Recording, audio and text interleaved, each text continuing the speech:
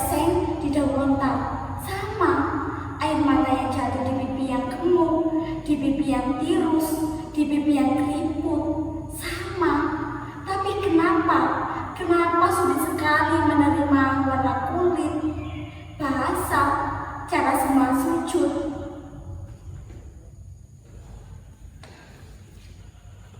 Dulu kata adalah pelukan, jembatan, tapi seringnya kata jadi belati, menusuk, membelah, memisah. Dan aku hanya punya aksara. Cukupkah aksaraku ini untuk merajut kembali benang-benang yang telah putus, untuk merekatkan kembali retakan-retakan di hati ini? Kadang aku bertanya pada diriku sendiri, ini bukan masanya puisi, ini masanya orang berteriak, berkelahi, mencari siapa yang paling benar. Jika semua merasa paling benar, terus yang salah siapa? Nggak ada yang salah toh. Tapi kenapa jadi musuhan? Wes lah, ngeluh aku mikir kayak ini. Kalian tahu, pernah suatu kali aku mengirim puisi tentang indahnya pasar tradisional. Di sana semua terbawa aroma berbau dengan bau ikan asin, tawa pedagang Madura dengan coretan ibu-ibu Tionghoa, orang Jawa, Sunda, Batak, semua berdedam, saling tolong-menawar, saling tolong-menolong saat ada yang jatuh. Itulah Indonesia yang ku mau, itulah Bhinneka Tunggal Ika yang kurasakan. Lalu, kalian tahu apa komentar mereka? Puisi kayak gitu apa gunanya, Mbak? Cuma romantis-romantisan doang, kayak gak ada masalah yang lain aja. Hele, puisi kok pasar, ndak butuh. Mending mikir harga sembako, Mbak. Wong urip iki butuh mangan, gak butuh puisi doang. Sakit, tentu saja. Seperti ada yang menusuk tepat di dada. Seolah puisiku, aksaraku, cintaku pada keberagaman ini hanyalah sesuatu yang remeh, sesuatu yang tak bernilai. Mereka semua menuntut realitas, tapi bukan kebinekaan itu sendiri adalah realitas yang paling nyata yang kita miliki. Realitas yang seringkali kita lupakan, kita injak-injak demi ego yang sempit. Lalu ada lagi, aku menulis puisi tentang indahnya toleransi antarumat beragama.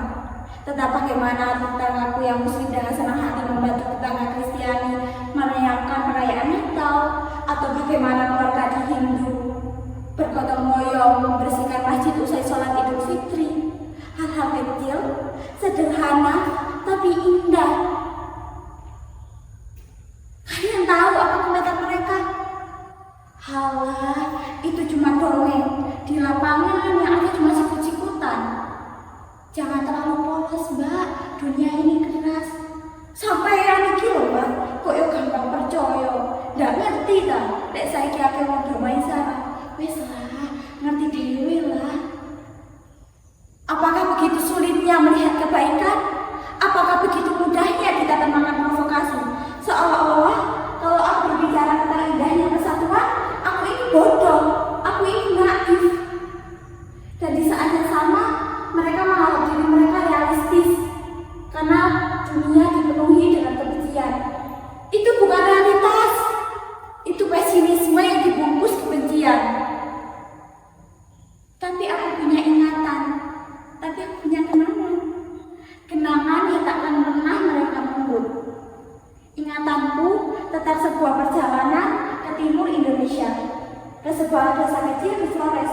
Di sana aku melihat sebuah rumah ibadah, ada gereja, ada masjid berdampingan. Pintu rumah-rumah terbuka, anak-anak bermain tanpa peduli warna kulit atau nama Tuhan yang mereka sebut. Aku melihat seorang ibu tua berkerudung sedang tersenyum hangat pada seorang pemuda dengan salib di kakinya. Mereka saling sapa, saling berbagi hasil panen. Ojo lali ngopi yo nak, kopi asli Flores iki mantep.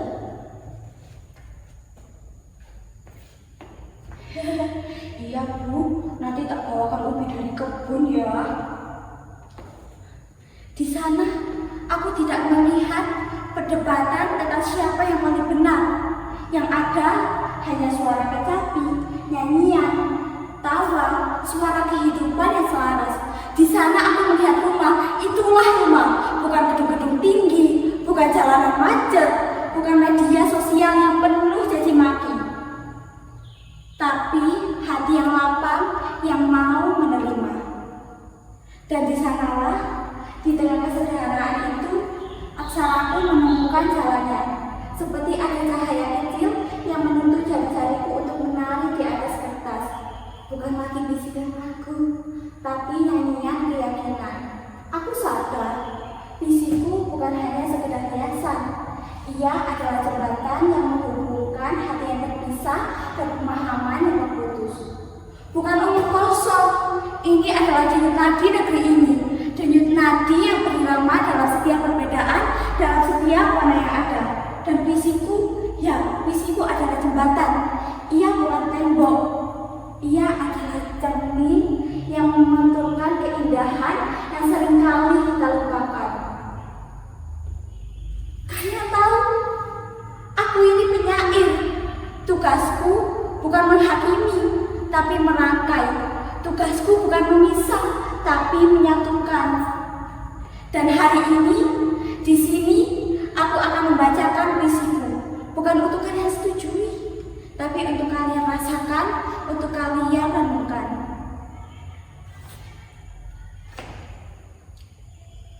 Dengarlah, wahai jantung-jantung yang berdebar. Dalam setiap nada ada rindu yang terpancar. Bukan hanya seragam, bukan hanya bendera, tapi jutaan cerita, jutaan jiwa yang merdeka. Lihatlah, wahai mata-mata yang nanar, pelangi membentang, tak kenal batas pagar. Suku-suku berarak, bahasa-bahasa berbisik. Dalam setiap perbedaan ada kekuatan terukir. Rasakan, wahai tangan-tangan yang menggenggam. Bukan karena sama, tapi karena saling mengidam. Mengidam damai, mengidam harmoni sejati di tanah leluhur, di bumi pertiwi ini. Jangan biarkan kata jadi bara api, membakar jembatan, memutus tali. Biar aksara ini jadi air yang membasuh, menyiram bara, menumbuhkan kasih. Mereka bilang perbedaan itu kelemahan. Bodoh, bukan kelemahan. Justru disitulah kekuatan kita. Dalam setiap helai nafas yang berbeda, terukir simfoni yang tak akan pernah beda. Kalian tahu kenapa?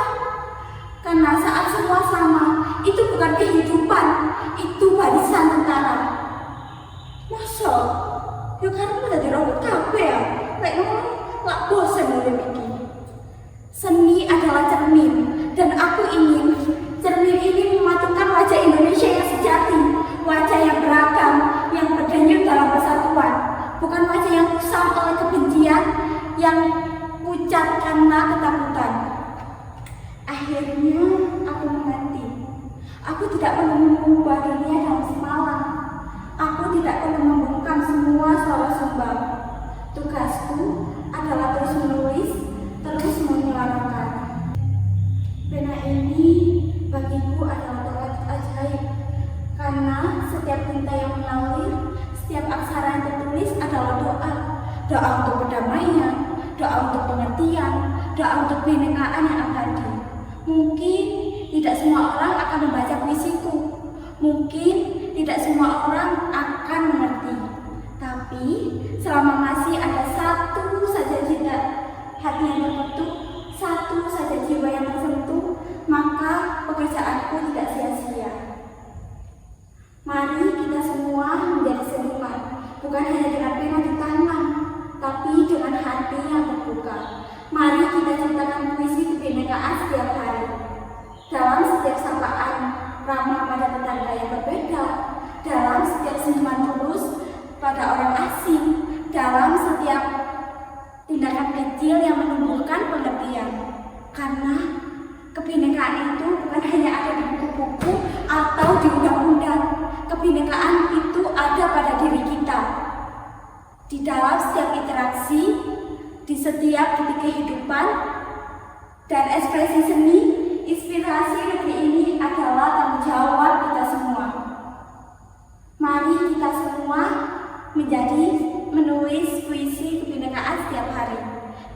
dandakan dengan hati hingga aksara pelangi ini jadi takkan pernah lekang oleh waktu. Hingga Indonesia tetap menjadi rumah bagi semua warnanya. Rumah yang utuh, rumah yang damai, rumah yang tak